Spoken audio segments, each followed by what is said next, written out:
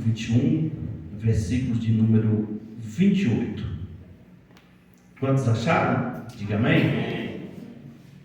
Vamos ler por essa versão aqui.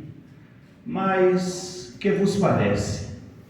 Um homem tinha 2 filhos e, dirigindo-se ao primeiro, disse: Filho, vai trabalhar hoje na minha vinha. Ele, porém, respondendo, disse: Não quero. Mas depois arrependeu-se e foi. E dirigindo-se ao segundo, falou-lhe de igual modo.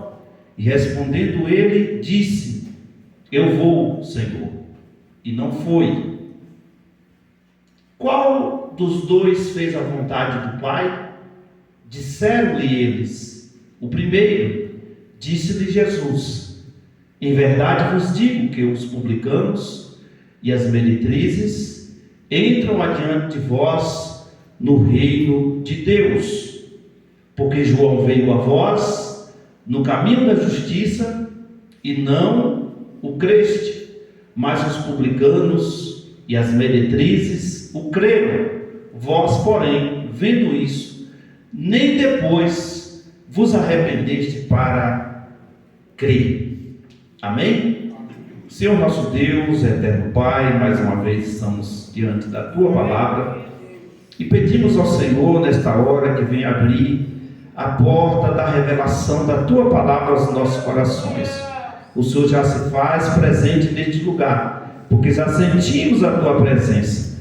Por isso, neste momento, Senhor, repreenda toda distração, toda retaliação do inimigo, toda força contrária, que os Teus filhos que estão aqui para ouvir a Tua voz possa entender qual seja a boa, agradável e perfeita vontade do Senhor. Por isso te louvamos e te agradecemos no nome de Jesus. Amém. Meus irmãos, podem se sentar. Hoje nós estamos encerrando uma série de mensagens sobre as parábolas de Jesus. Eu vou aqui usar uns 2 ou 3 minutos aqui para apenas relembrar todas as parábolas, exceto a última parábola, que foi os meninos na praça, uma das melhores que nós ensinamos aqui, não conseguimos transmitir. Mas hoje também nós estamos com um problema técnico no YouTube e nós estamos gravando e depois nós vamos estar colocando lá no canal da igreja. Então vai ficar de fora apenas essa parábola dos meninos na praça.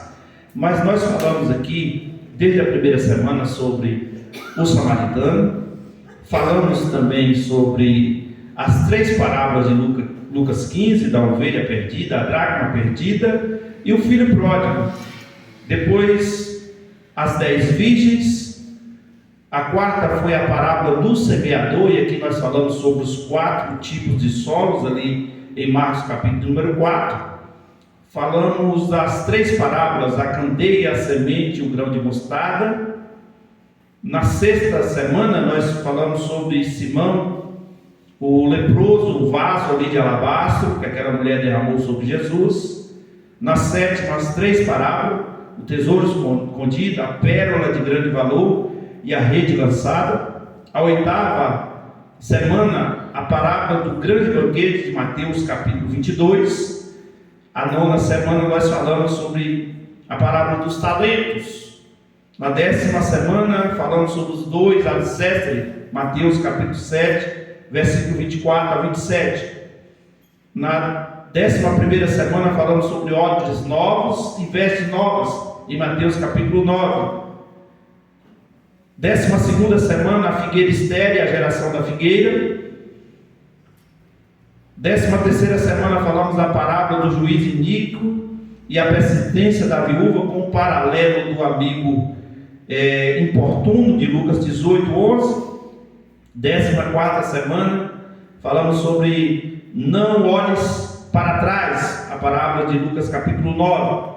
15ª semana falamos do rico tolo, que Jesus o chama de louco. Hoje perderão a sua alma, e ele estava apenas guardando riquezas. 16ª semana, a parábola das ovelhas e dos bodes, Mateus 25:31. 17ª, o sal da terra e a luz do mundo. 18ª, o joio e o trigo. 19ª, a construção de uma torre. Na 20ª semana nós falamos sobre o rico e Lázaro. E a semana passada, a 21ª parábola que nós ensinamos aqui, os meninos na praça. E hoje nós vamos falar, hoje nós estamos na 22ª semana falando sobre as parábolas de Jesus, e nós vamos falar sobre essa parábola dos dois filhos. Os irmãos prestaram atenção que algumas dessas parábolas nós falamos duas parábolas, se você fazer uma conta aqui, são mais de 32 parábolas ensinadas aqui durante essas 22 semanas. Eu disse para os irmãos que Jesus falou cerca de 40 parábolas, só que algumas delas muito pequenas, que falam do mesmo assunto, que falam do mesmo contexto, por isso que nós não relatamos, mas dentro dessas 32 aqui, praticamente estão todas as parábolas que Jesus assim ensinou. E nós vamos trazer hoje uma reflexão muito importante sobre essa parábola dos dois filhos, baseada aí no texto que Mateus escreve no capítulo 21, do versículo de número 28. E essa parábola ela passa por um contexto ministerial de Jesus, quando Jesus estava em Jerusalém enfrentando ali uma forte oposição dos líderes religiosos da época. E quem eram esses líderes religiosos? Existia ali os fariseus, os saduceus, existia ali um grupo de sacerdotes, anciãos, e essas pessoas, eles se detinham como os guardiões da lei de Moisés. Quando as pessoas pensam que foi o Império de Roma que matou Jesus, mas na verdade, quem matou Jesus foram os próprios judeus, porque eles, quando foi feita a pergunta se soltava Barrabás ou crucificava Cristo, eles decidiram por crucificar Jesus, entendendo que Jesus era um falso profeta, um usurpador que estava ali como Messias, e não era o Messias prometido. Mas nós entendemos que Jesus tinha que passar por tudo isso, para que hoje nós tivéssemos vida e vida com abundância, tivéssemos o direito de vida eterna e de serem chamados filhos de Deus. Muitas vezes os judeus assim os rejeitaram, e Jesus chegou ao ponto de dizer que veio para os seus, os judeus, mas eles não receberam. Mas todos quanto receberam, deu-lhe o poder e o direito de serem chamados filhos de Deus. Nós fomos enxertados na oliveira verdadeira, e nós considerados como gentios, mas nós hoje temos o mesmo direito. Esse momento Israel está vivendo um grande conflito de guerra, e se faz necessário a igreja que sabe e conhece a Bíblia, porque Jerusalém é o calendário, o relógio de Deus. Jerusalém é a figueira, nós falamos aqui na parábola da geração da figueira, e Jerusalém é a figueira, e Jesus mandou olhar as estações, e olhasse para a figueira, quando ela começasse a florescer, começasse a dar os frutos, que estava perto da volta de Jesus. 14 de maio de 1948, Israel voltou a ser nação novamente.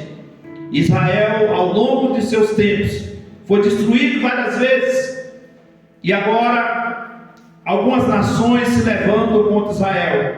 Alguns grupos terroristas, desde o dia 7 de outubro, vai fazer um ano que o grupo do Hamas invadiu ali Israel, matou várias pessoas, sequestrou várias pessoas, ainda tem mais de 100 pessoas sequestradas, e nós entendemos que Israel é o relógio de Deus, e a Bíblia diz que quem abençoa Israel é abençoado, mas quem amaldiçoa Israel também é amaldiçoado, porque é dali que veio o nosso Salvador, e é por ali que Deus vai julgar todas as nações.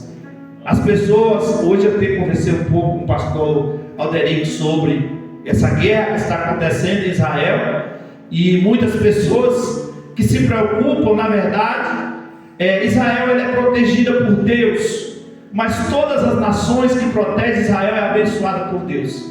Você só vai ver quem está contra Israel são países com líderes comunistas, pessoas que têm ideologia de esquerda, são essas pessoas que estão contra Israel. Mas você vai ver os Estados Unidos e outras nações que são países que abençoam Israel, protegem Israel, guardam Israel como Reino Unido, são nações abençoadas. Mas quando você vê toda a nação que tem um líder que amaldiçoa Israel, automaticamente essa nação ela começa a receber alguns tipos de maldição.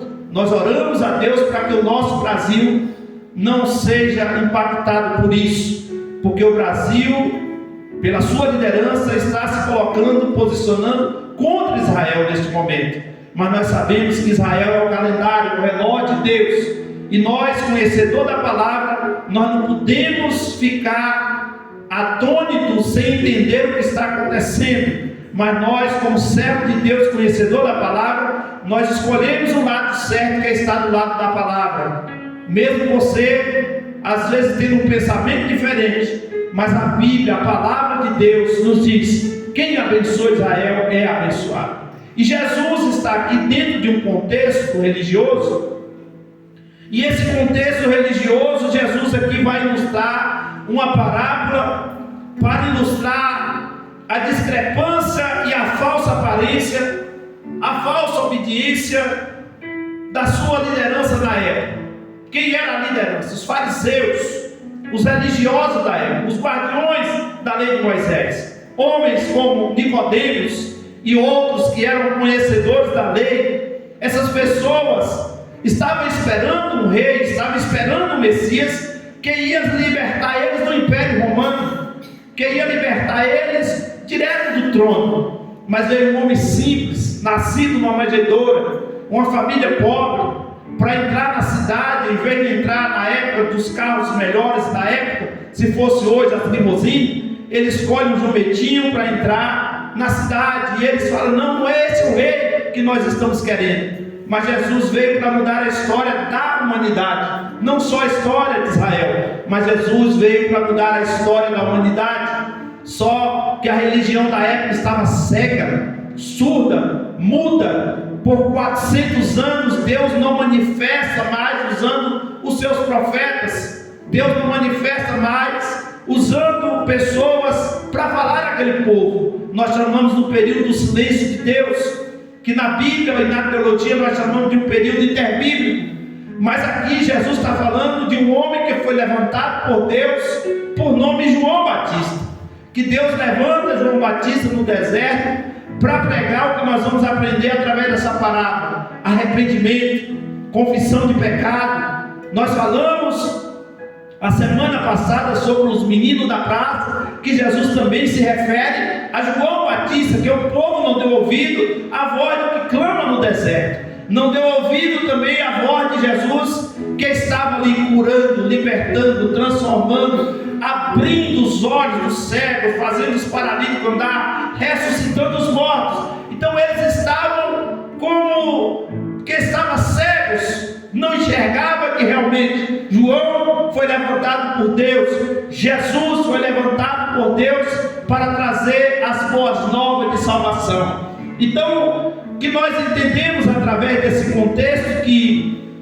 eles estavam ali sentados na cadeira de Moisés, isso representando a lei de Moisés, guardando ali, entre aspas, os 10 mandamentos, as 603 leis que são os preceitos dos 10 mandamentos.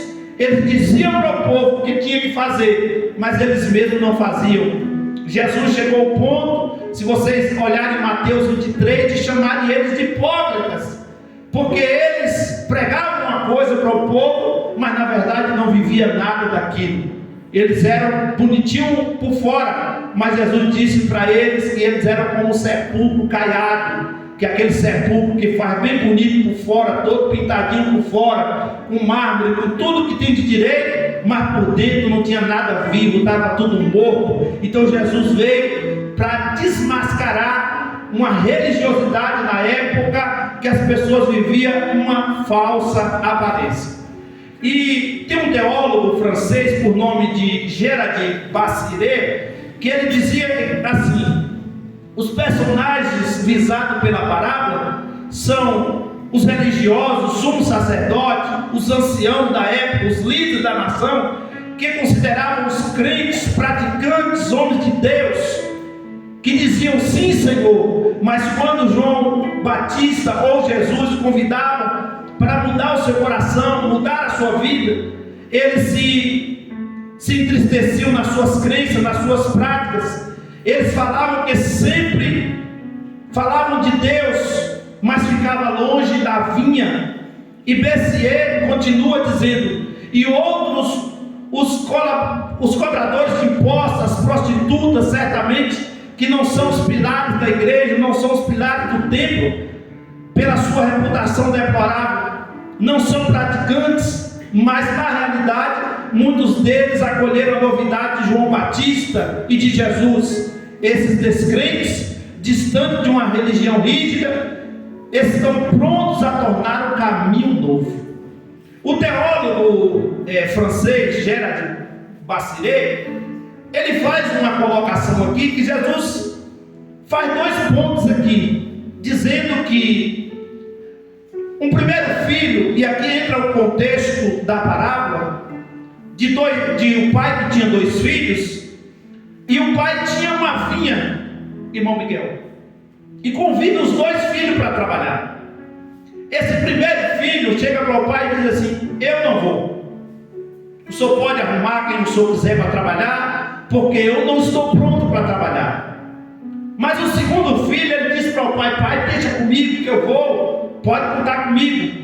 E o que acontece? O primeiro filho, que disse que não ia trabalhar, ele resolve, se arrepende e diz: foi o meu pai que me pediu para trabalhar. Sabe de uma? Eu vou obedecer a voz do pai. E aquele filho que disse que não ia trabalhar, pega o seu material de trabalho, vamos colocar a sua enxada, sua foice, o trator, pega tudo e vai para a lavoura ou para a vinha trabalhar. E aquele segundo filho que diz: não, pai, deixa comigo, pode deixar, só não precisa se preocupar, ele pega e não vai para o trabalho. Jesus aqui, ele faz a pergunta para aqueles líderes religiosos: qual dos 2 que foi obediente? Aí alguém de lá da reunião chega e diz: não, foi o primeiro, que mesmo sendo desobediente, dizendo que não ia, mas se arrependeu e foi. Aí Jesus, no contexto, diz assim, versículo 31, qual dos 2 fez a vontade do Pai? Aí disseram: foi o primeiro. E Jesus diz: em verdade vos digo que os publicanos e as prostitutas ou as meretrizes entram adiante de vós no reino de Deus. Jesus estava dizendo: olha, quem vocês julgam, quem vocês acham que não vai, é aqueles que vão entrar primeiro no reino de Deus. O que Jesus está dizendo aqui? Que esse primeiro filho, ao ouvir o pedido do pai, inicialmente ele diz assim: eu não vou, ele recusa, mas depois ele se arrepende e vai trabalhar na vinha. Ele faz a vontade do pai e acaba se arrependendo e obedecendo. A obediência, irmãos, ela precede todas as maravilhas e milagres que Deus tem para fazer na vida de alguém. E quem que Jesus estava dizendo? João Batista veio para pregar o arrependimento. E quem é que estava ouvindo João Batista pregar? Lá no deserto. Irmão, não eram os religiosos, porque os religiosos estavam doidos pela cabeça de João Batista, porque aparece no deserto, eu falei a semana passada sobre ele, um homem vestido de pele de animal, todo desproporcional ao reino, usando a linguagem de hoje, não estava engravatado, não estava numa postura que todo mundo queria ver como um pregador, mas um homem todo estranho, se alimentando de mel silvestre, roupas diferenciadas dos demais, mas a mensagem do João era: arrependei-vos, eu vos batizo com água, mas nenhum após mim, e esse tem nas suas mãos uma pá que vai separar, e ele vos batizará com o Espírito Santo e com fogo. João estava pregando o arrependimento e pregando o juízo de Deus, e ele chamava aquele povo de raça de víbora, cobra venenosas. Mas sabe o que acontecia? esse mesmo povo se arrependia, era batizado por João. Jesus, quando estava pregando, muitas pessoas não recebiam, mas a Bíblia diz que, falei aqui da parábola da casa de um homem chamado Simão, que Jesus foi convidado para ir na casa desse homem, e quando Jesus está ali no almoço, aparece de repente uma mulher que a Bíblia chama de pecadora, e ela vai até os pés de Jesus e começa a chorar nos pés de Jesus, tira sua burca, coisa que a mulher não podia fazer na época, que era o véu, e solta o cabelo, que ela não podia fazer isso também. Ela não tinha ali uma toalha, mas ela pega os seus cabelos e começa a secar os pés de Jesus. Ela faz mais. Ela tem no seu alforje ou na sua bolsa um vaso de alabastro, um perfume raríssimo, de nardo puro. E ela pega esse perfume e exala sobre os pés de Jesus, perfuma toda a casa. Jesus recebe a adoração daquela mulher que era pecadora. Mas o Simão no seu coração entristece e olha a palavra de Simão. Se ele soubesse quem e qual é essa mulher que toca nele, ele não ia aceitar. Para ele, Jesus estava aceitando uma adoração errada. Mas Jesus conta uma parábola que eu falei sobre ela aqui. E Jesus pergunta a Simão: Simão, 2 devedores deviam para o mesmo Senhor. Um devia 500, o outro devia 50. E ambos não poderiam pagar a dívida, não pode pagar as dívidas. E todos os dois foram perdoados. A quem mais perdoou? Simão, achando que era inteligente, diz: é claro que foi quem devia mais, quem devia 500. E aí Jesus olha para ele e diz: disseste bem, falou a verdade. Mas deixa eu contar aqui, Simão, uma coisa. Eu cheguei na tua casa, Simão, e tu não me deste água para lavar os pés. Oh glória! Eu cheguei na tua casa, Simão, tu não me deste ósculo. Eu cheguei na tua casa, tu não ungiste a minha cabeça. Mas vê esta mulher. Desde o momento que ela entrou aqui, Simão, ela não cessa, ela não cansa. Deixa eu traduzir: de me adorar, de colocar sobre os meus pés os seus bens, de colocar sobre os meus pés a sua vida, não preocupado com o que as pessoas iam falar dela, não preocupado se ela não podia estar no meio de homens, não preocupado se ela podia soltar o cabelo ou não, não preocupado se era mulher ou não, mas ela entrou aqui e me adorou, ela glorificou, ela fez um ato que vai ser falado lá na igreja de Abelha no dia 1º de outubro de 2024. Porque a religião da época prendia as pessoas para não adorar. O tipo de adoração deles era diferente. Mas Jesus aqui está falando de publicanos, pecadores, falando da religião da época, falando de pessoas como essa mulher. Jesus está falando de homens como Zaqueu,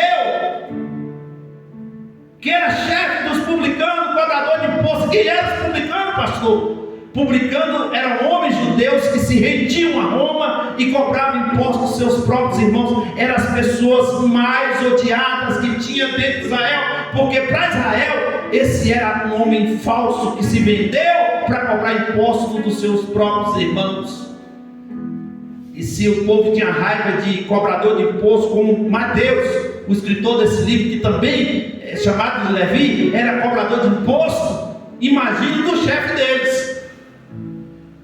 E Jesus, quando vai para Jericó, para no caminho, debaixo de uma figueira brava, um sicômoro, com 12 metros de altura. Essa figueira não era a figueira comum que produzia fruto, muito pelo contrário, ela tinha espinhos, mas as folhas grandes faziam alguém se esconder nela. E ele está lá de cima e Jesus para e diz: desce, depressa, porque eu vou para a tua casa. Foi a única palavra que Jesus falou, ficou em silêncio até chegar na casa de Zaqueu, permanece silêncio na casa de Zaqueu e está todo mundo lá, dizendo: na casa de pecador, com medo na casa de pecador. Mas de repente Zaqueu pede a palavra, e ele diz: Senhor, Deixa eu falar uma coisa para o senhor aqui. Se eu tenho defraudado alguém, eu vou restituir 4 vezes mais. Vou pegar os meus bens, vou repartir, vou dar aos pobres. Jesus naquela hora tomou a palavra e disse: hoje veio salvação a essa casa, porque esse também é filho de Abraão, porque o Filho do Homem veio buscar e salvar os que encontrava perdido.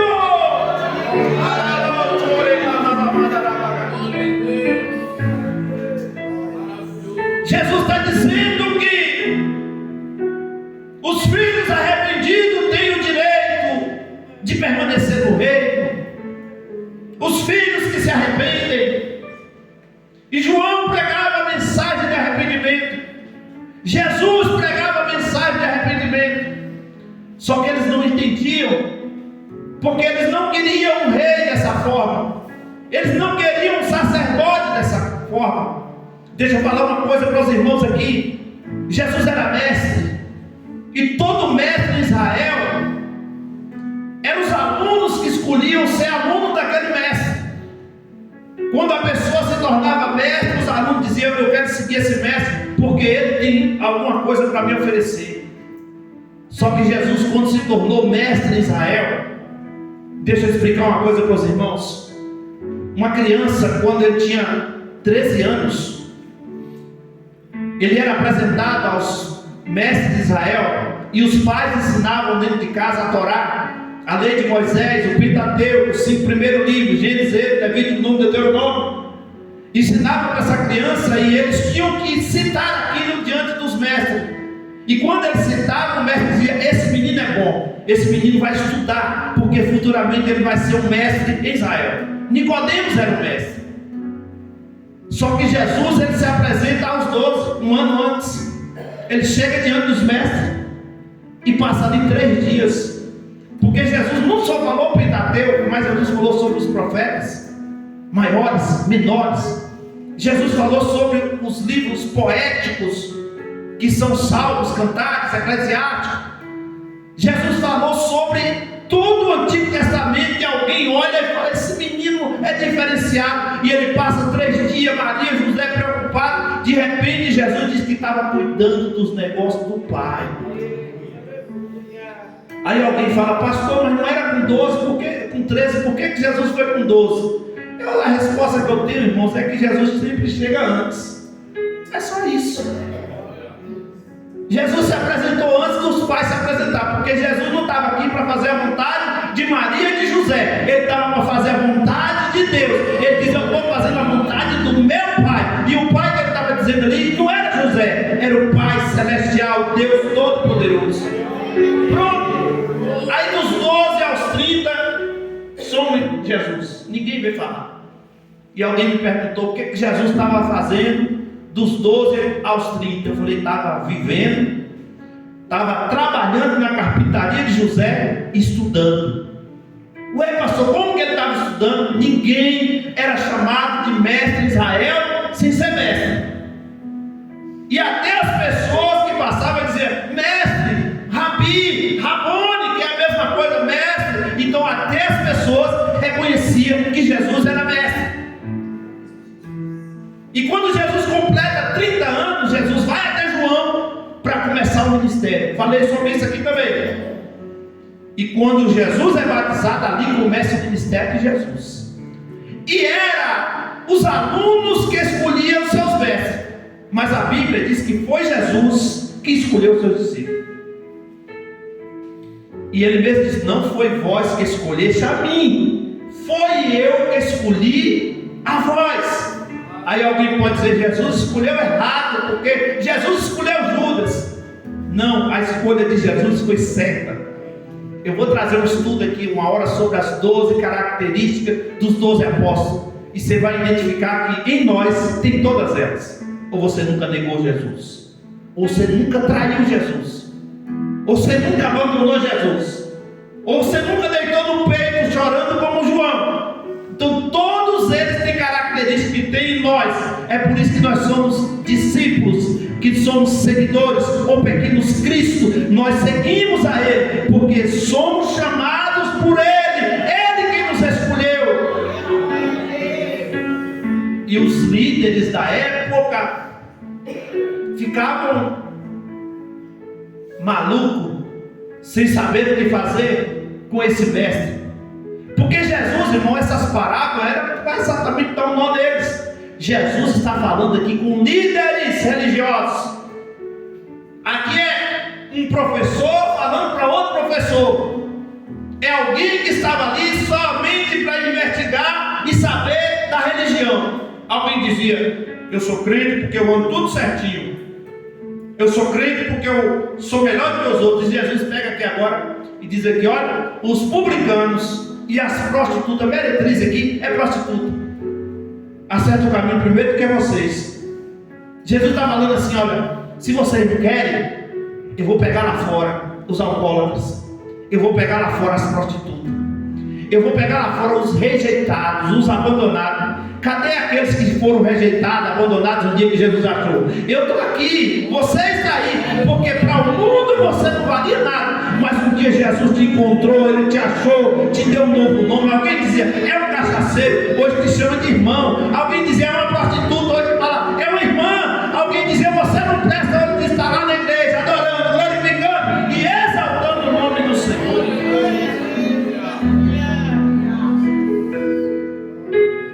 O primeiro filho que Jesus fala aqui é aquele filho considerado como desobediente, que o pai manda fazer e ele fala: não vou fazer, pai, se o senhor quiser o senhor faz. Quando pensa que não, ele está lá fazendo.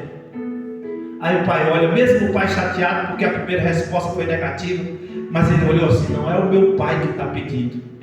Ele luta não pelaquilo que o pai pode oferecer, mas pela obediência que ele tem ao pai. Trazendo para a nossa geração, irmãos, a gente vê uma briga muito grande hoje no meio dos cristãos por cargo. Alguém acha que se ele for um cargo melhor, ele vai produzir mais. Ele é diácono, ele diz: se eu for presbítero, eu vou fazer mais. Ele é presbítero, diz: se eu for um evangelista, ninguém me segura, vou sair pregando para todo quanto é canto. O dia que eu ser um pastor. E aí depois de ser pastor, o dia que eu virar presidente. Aí depois, se eu for presidente da convenção, aí sim, aí eu sou o cara. Depois que eu for um semideus. Você sabia, irmãos, que os que mais brigam por cargos são religiosos? Porque os religiosos, eles brigam para ter e não para ser. Mas tem aqueles que às vezes nem quer ser. Eu vou dar exemplo aqui.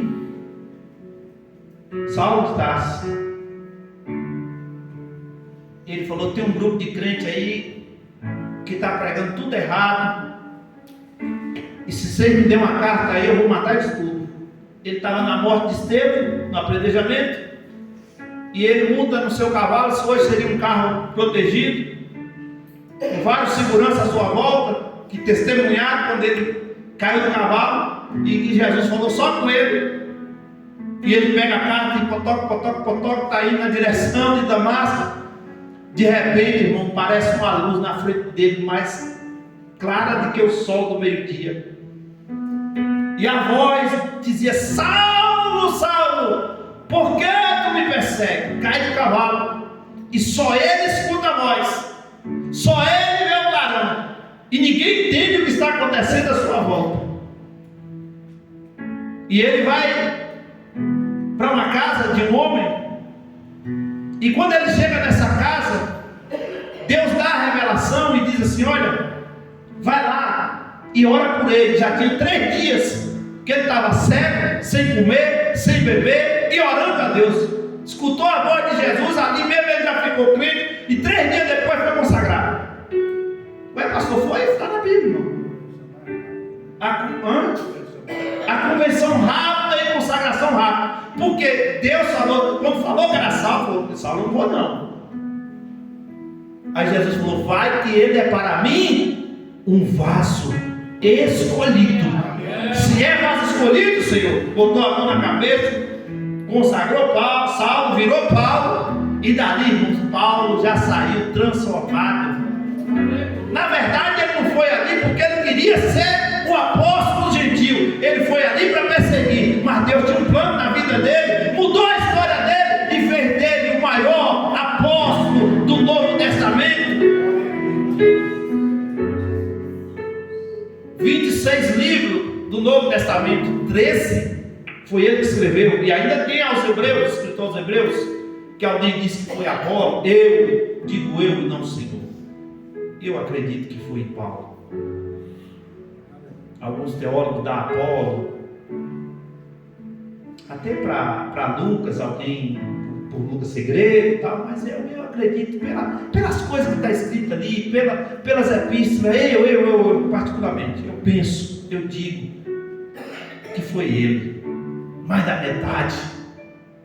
E Deus usou esse homem, porque ele não estava. Deixa eu dizer aqui, quando Paulo escreveu aos Gálatas, foi a primeira carta, ele estava meio arrogante ainda, porque orava, Jesus ressuscitava. A gente estava no culto, dormia, caía, quebrava o pescoço, ia lá, ressuscitava o camarada. Falou: Paulo, eu sou o cara.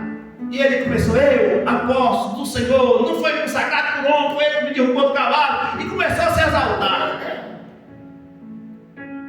Mas quando chega lá na frente, irmãos, que ele toma um bocado de chicotada, um bocado de naufrágio, que ele vê que não era o cargo, não era ele, era o Jesus que estava na vida dele. E ele fala assim: eu, Paulo, apóstolo do Senhor, eu não sou digno nem mais de ser chamado de apóstolo. A vida que eu vivo agora na carne, eu vivo para Ele. Eu estou morto. Eu estou morto para o mundo, mas eu vivo para Ele. Paulo estava dizendo: pode fazer o que quiser comigo, porque o título não me importa, o cargo não me importa, o dinheiro não me importa, a fama não me importa. O importa é o que tem dentro de mim. Aleluia! Tem muita gente brigando por título, brigando por cargo, brigando para ser, mas na hora que põe para fazer, não faz. E tem aqueles que às vezes não quer. Tem aqueles que às vezes aceita, a primeira vez ele rejeita, e ele se sente um inútil, incapaz. Mas é esses que Deus gosta. Porque quando Paulo diz assim: Senhor, tira esse espinho da minha carne, isso me machuca, isso. Paulo disse: eu fui no céu, não sei se no terceiro céu eu vi coisas inefáveis, foi me posto no espinho, não sei se estava no corpo ou fora do corpo. Ele foi morto, foi ressuscitado lá em cima, e ele não sabia de nada. De repente ele disse: foi me posto espinho na carne, eu orei 3 vezes. E o Senhor fala assim: Paulo, eu não vou tirar o espinho, mas o meu poder se aperfeiçoa na sua fraqueza. Paulo estava dizendo assim: eu sou imperfeito, mas eu sou um vaso nas mãos do oleiro, que ele pode amassar, quebrar e refazer e tornar dele um novo vaso. E esse segundo filho aqui, que é o filho desobediente, mentiroso, que diz para o pai que vai fazer e não faz. E a gente vê que Jesus, após contar essa história, ele faz a pergunta aos ouvintes: qual dos filhos fez a vontade do pai? E a resposta, foi muito clara. Aí alguém disse: foi o primeiro, porque o povo, para dar resposta diante de uma situação afirmativa, não é muito fácil. Mas para interpretar o que Jesus estava dizendo, eles não conseguiram. Sabe por quê, irmãos? Porque a mensagem de Jesus é para quem quer ouvir, para quem guarda no coração. É por isso que tem gente que entra no culto de um jeito e sai do mesmo jeito, porque ele até ouviu a palavra, mas não deixou descer para o coração, não deu ouvidos, até escutou, mas não deu ouvidos. Mas a Bíblia diz que quando você guarda a palavra no coração, você não pega contra o Senhor. E aqui a gente vê Jesus repreender esses líderes religiosos e explica que os publicanos e as prostitutas, aquelas pessoas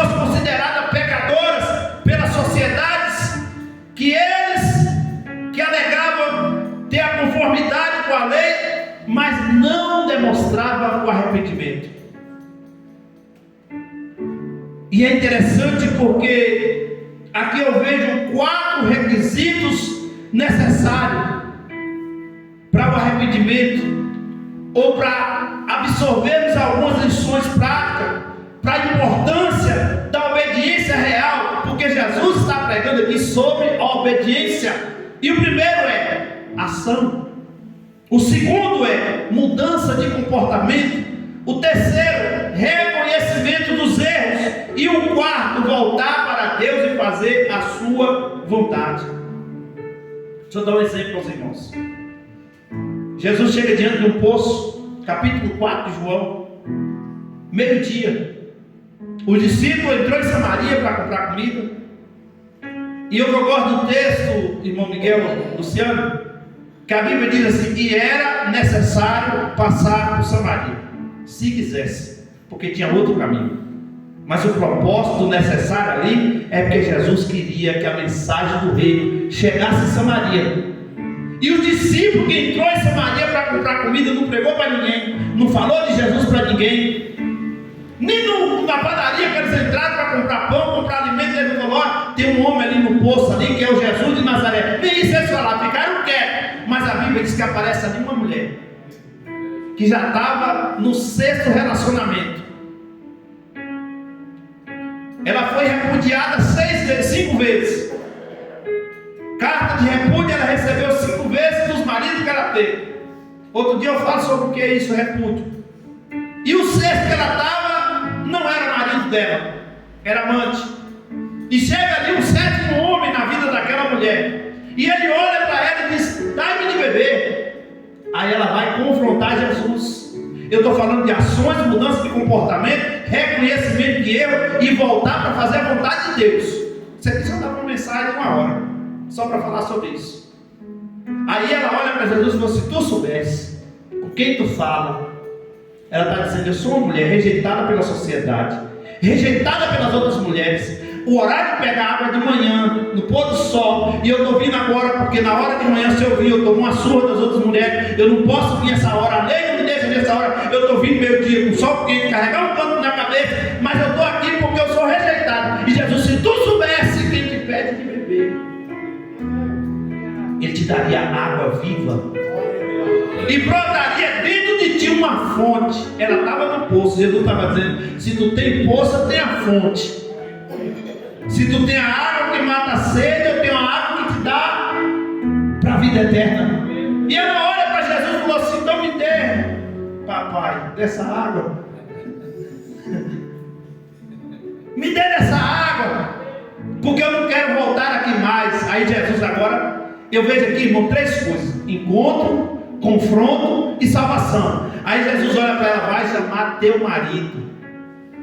Jesus sempre fazia perguntas e questionamentos. E ela olha e fala: o Senhor não tem marido. Depois dela ter discutido com Jesus teologicamente: nós adoramos no monte, vocês adoram no templo, quem é que está certo? Ele falou: nenhum dos dois. Porque os verdadeiros adoradores adoram diferente. Aonde? Não é na religião, é em espírito e em verdade. Aí Jesus falou: disseste a verdade, disseste bem. Tu teve 5 maridos, casou 5 vezes e foi repudiada. E o que tu tem agora não é teu. Ela leva aquele susto. Se fosse eu dizer: quem foi que passou a usar para ele? Quem foi que passou a minha vida para ele? Mas ela entende e falou assim: vejo que tu és profeta. Porque o que o profeta faz? Aponta os erros. O que o profeta faz? Prega para todo mundo e não para uma pessoa só. E aí Jesus prega para essa mulher e ela larga o cântaro para trás. Ela não se importa mais com a água que matava a sede do povo, mas ela chega em Samaria e em uma tarde, irmãos, ela evangelizou toda uma cidade, dizendo: eu encontrei o Messias, eu encontrei o Messias, eu encontrei o Messias. Era pregadora até chegar perto de Jesus, mas quando chegou perto de Jesus, toda a sua história mudou. Ações, mudança de comportamento. Ela reconheceu Deus erro e voltou para fazer a vontade de Deus. Jesus está dizendo isso pela essa parábola. chega de religiosidade, chega de apontar os erros dos outros.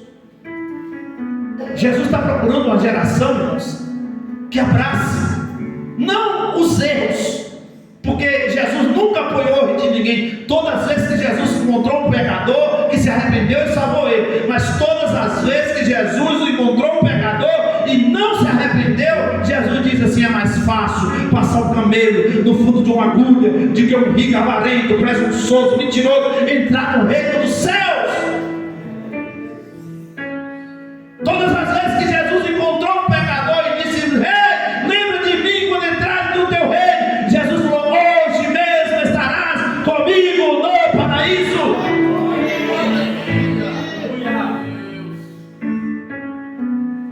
Maria de Magdala, ou Maria Madalena, a bicha tinha tanto capeta, tinha tanto demônio, e foi uma das pessoas que mais serviu o ministério de Jesus. Oh, aleluia! É tempo dos improváveis, é tempo dos rejeitados, é tempo dos humilhados, é tempo daqueles que vocês julgam não ser, é tempo daqueles que a gente olha e fala assim: esse aí não vai chegar a lugar nenhum. Mas todas as vezes que um pecador arrependido chega debaixo do chuveiro da misericórdia de Deus e toma um banho de sangue, é lavado, remido, purificado pelo sangue do Cordeiro, a vida desse homem e dessa mulher é transformada. Eu estou para o encerramento aqui, mas deixa eu dizer o que Paulo disse aos Filipenses, capítulo 2, versículo 1 ao versículo 5. Lembra do que eu falei? O apóstolo Paulo diz assim: portanto, se há algum conforto em Cristo, se há alguma consolação de amor, se há alguma comunhão do Espírito, se há alguns entreares, afetos e compaixões, completai o meu gozo, para que sintais o mesmo, tendo o mesmo amor, o mesmo ânimo, sentindo uma mesma coisa. Nada façais por contenda, por vanglória, mas por humildade. Cada um considere os outros superior a si mesmo. Não atente a cada um para o que é propriamente seu, mas cada qual também para o que é dos outros, de sorte que haja em vós o mesmo sentimento que houve em Cristo Jesus. Oh, aleluia! Que não usurpou da sua glória, mas se esvaziou-se a si mesmo, tornando forma humana. Jesus, irmão, não usurpou do que ele era, e ele mesmo sabendo que ele era Deus, mas não usurpou ser igual a Deus, mas ele foi homem e passou pelos mesmos percalços que a humanidade passa, mesmo sentimento, as mesmas dores, mas ele venceu a morte e venceu na cruz do Calvário. E aqui nós vemos que quando ele diz que era Deus, mas não usurpou ser igual a Deus. E a palavra de Filipenses 2 e o verso 6 grega usada aqui, que evoca o inspetor exterior, pode-se a dizer então que Jesus tinha a aparência de Deus. Isso se refere à condição de Adão, criado em imagem e semelhança de Deus, portanto um homem verdadeiro, contrário o que Adão, que na sua forma é semelhança de Deus, e pecou contra Deus. E Jesus, mesmo sendo Deus, tornou uma forma humana, mas ele não pecou, porque Deus, quando fez o homem, fez a sua imagem e sua semelhança. Só que o pecado desvirtuou a imagem, a semelhança de Deus. E Jesus veio como segundo Adão para quê? Que para ser homem e provar para a humanidade que mesmo sendo homem, venceria o pecado, venceria a carne, venceria o diabo, porque o diabo tentou, o diabo perseguiu, o diabo crucificou, o diabo fez de tudo para Jesus negar a Deus, negar a sua divindade, negar aquilo que ele veio fazer. Mas a Bíblia diz que Jesus venceu, morreu, ressuscitou ao terceiro dia. Em Mateus aqui, para encerrar, ele parece nos dizer que os publicanos, as prostitutas, de todos os tempos, são aqueles que, em primeiro lugar, dizem não, mas aceitam o convite para trabalhar na vinha. A vinha do Senhor que representa, irmãos, o reino. Eu vou dar um exemplo aqui muito rápido. O ladrão pediu ao Senhor: lembra de mim quando entrares no teu? E Jesus falou o que para ele? Hoje mesmo estará comigo no paraíso. Por que Jesus não falou para ele: hoje mesmo estará comigo no meu reino? Porque o reino ficou para a igreja. Nós fazemos parte do reino. A vinha representa o reino de Deus. Jesus uma certa vez falou: a seara é grande e os ceifeiros são poucos. Se Jesus estivesse hoje, ele mudava essa palavra pouco e falava: e os ceifeiros são frouxos, covardes, preguiçosos, estão atrás de aparências, de cargos, porque ceifeiro tem demais, mas na hora da batalha são poucos. Só que eu me alegro, irmãos, que Jesus nunca precisou de muita gente. Eu estou lembrando aqui que um dia Deus chegou, tinha um homem no lagar, lugar de prensar ovo, chamado Gideão, escondido do midianita. Está lá malhando o trigo ali, olhando para um lado para o outro, com medo de alguém roubar o trigo. E o anjo chega para ele assim: varão valoroso, Deus é contigo.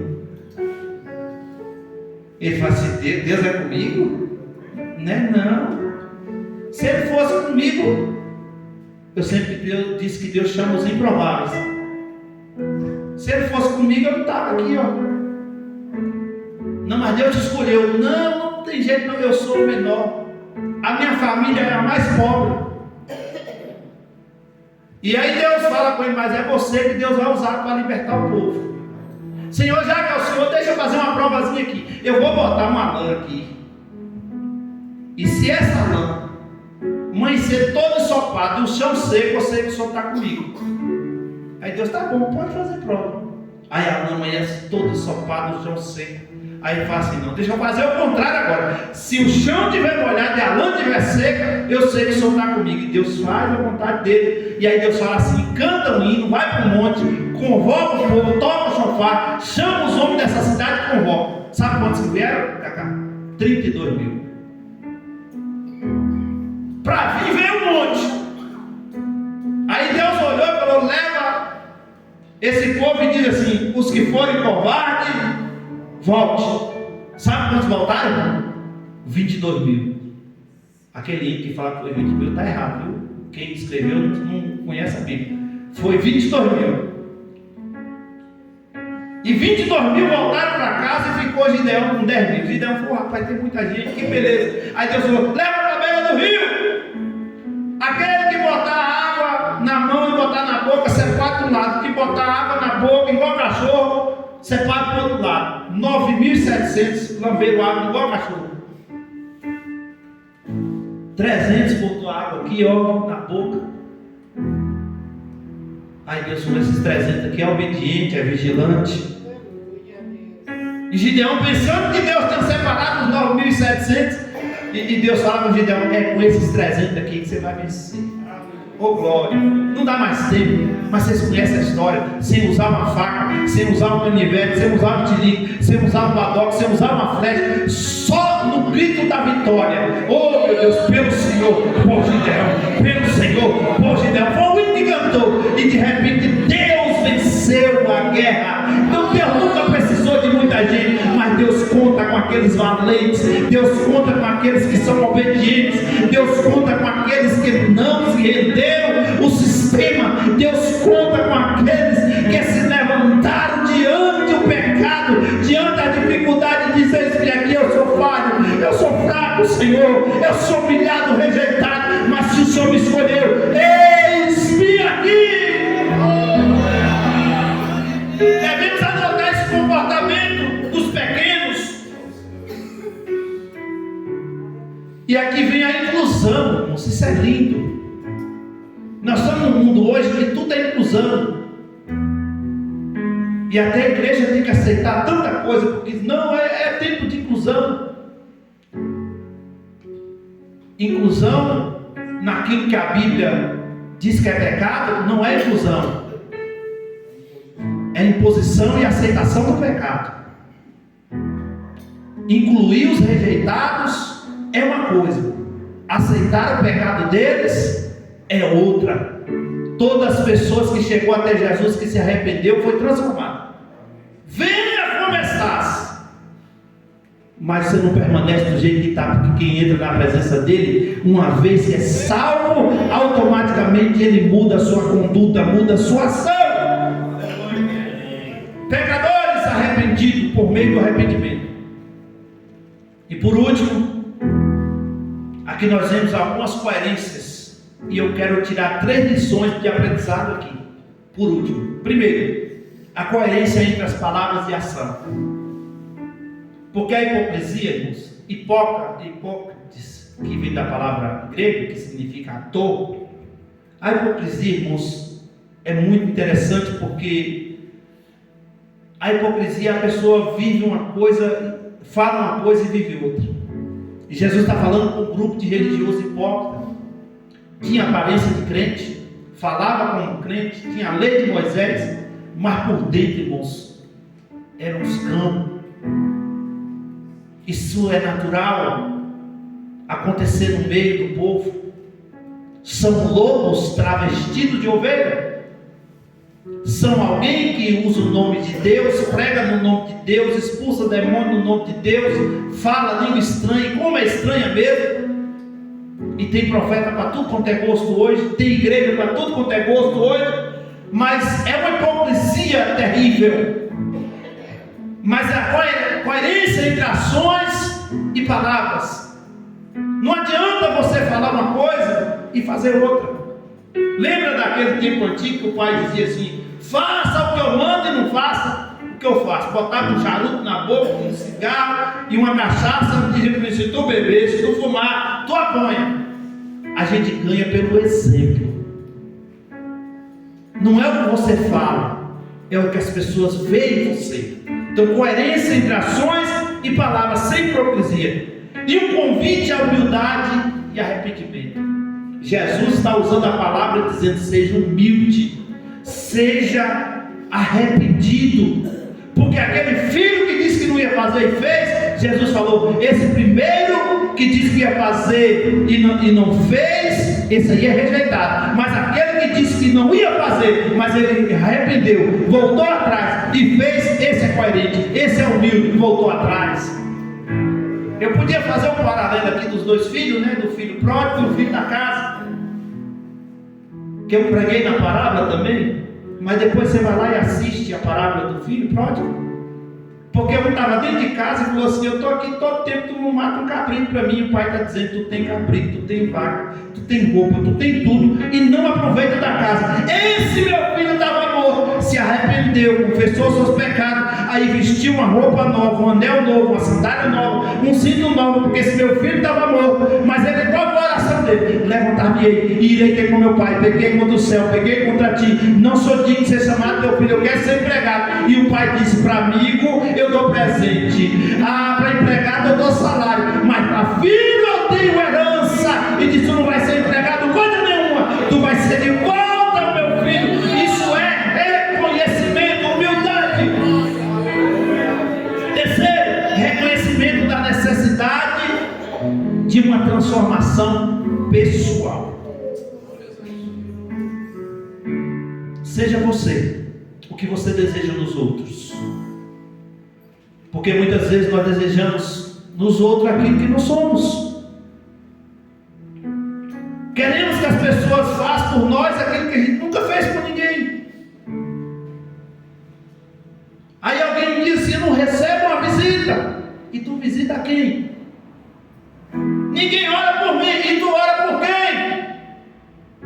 Ninguém me ajuda. E tu ajuda quem? Lembra da oração do Pai Nosso? Quando Jesus faz a oração do Pai Nosso, é a maior mensagem teológica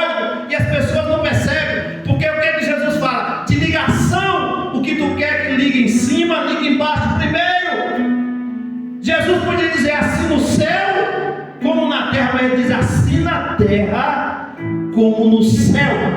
O pão nosso de cada dia dá-nos hoje. Você vai ver que ali tem uma ligação: coisas de baixo, coisas de cima, coisas de baixo, coisas de cima. Eu quero perdão, perdoo, eu quero amor, eu amo, eu quero que os outros façam, eu faço. Então Jesus está trazendo uma parábola dizendo: se você é arrependido, se você confessa, se você faz, vai ter o perdão, vai ter a coerência, vai ter a humildade, vai ter o poder, vai ter tudo que você precisa. Fique de pé adorando o Senhor, porque não dá mais tempo.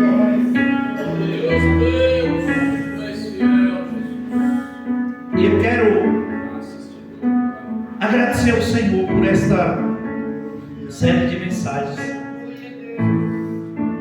porque eu confesso para os irmãos que eu aprendi mais do que ensinei, eu recebi mais do que doei,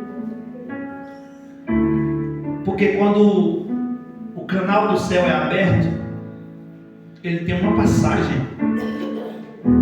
É como você pegar ali em uma represa e tem um cano ali que sai a água chega até a sua torneira, mas toda aquela encanação ela é molhada, banhada pelas águas. Quando João recebe a revelação da carta ao Apocalipse, as 7 cartas, falamos sobre elas aqui, a primeira exortação de Deus é o anjo da igreja. E todas as vezes que Deus nos dá uma direção na palavra, primeiro que recebe somos nós, tanto seja de edificação, de exortação ou de consolação.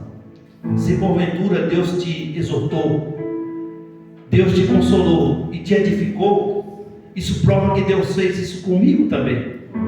E esse aprendizado que Deus traz para a nossa vida, nós temos que abraçar a causa. Se você perdeu alguma delas, das parábolas que nós falamos aqui, tira um tempinho, vai lá no canal do YouTube da igreja, e está lá a série, tem o nome de todas elas. Uma pena que a semana passada foi uma das melhores e não ficou gravado.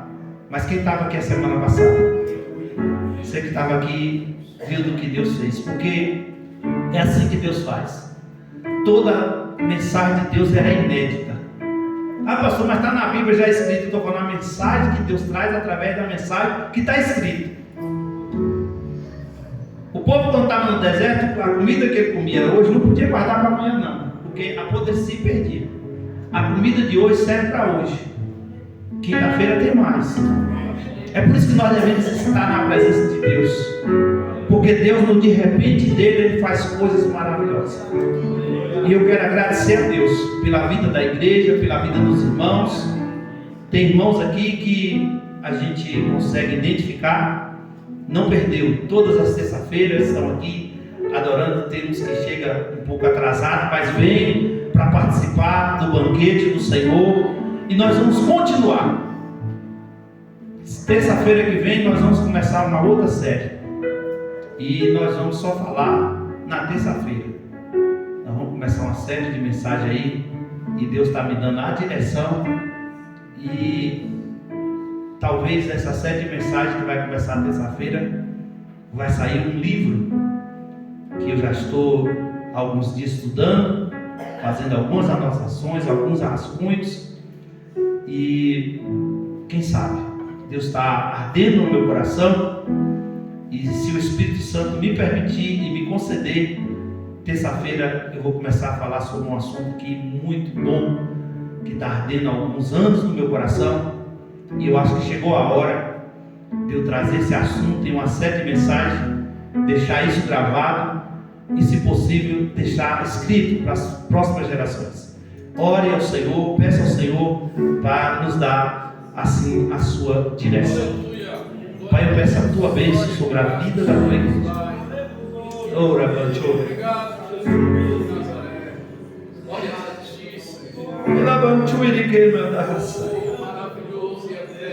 Obrigado, Jesus. Obrigado pela tua palavra.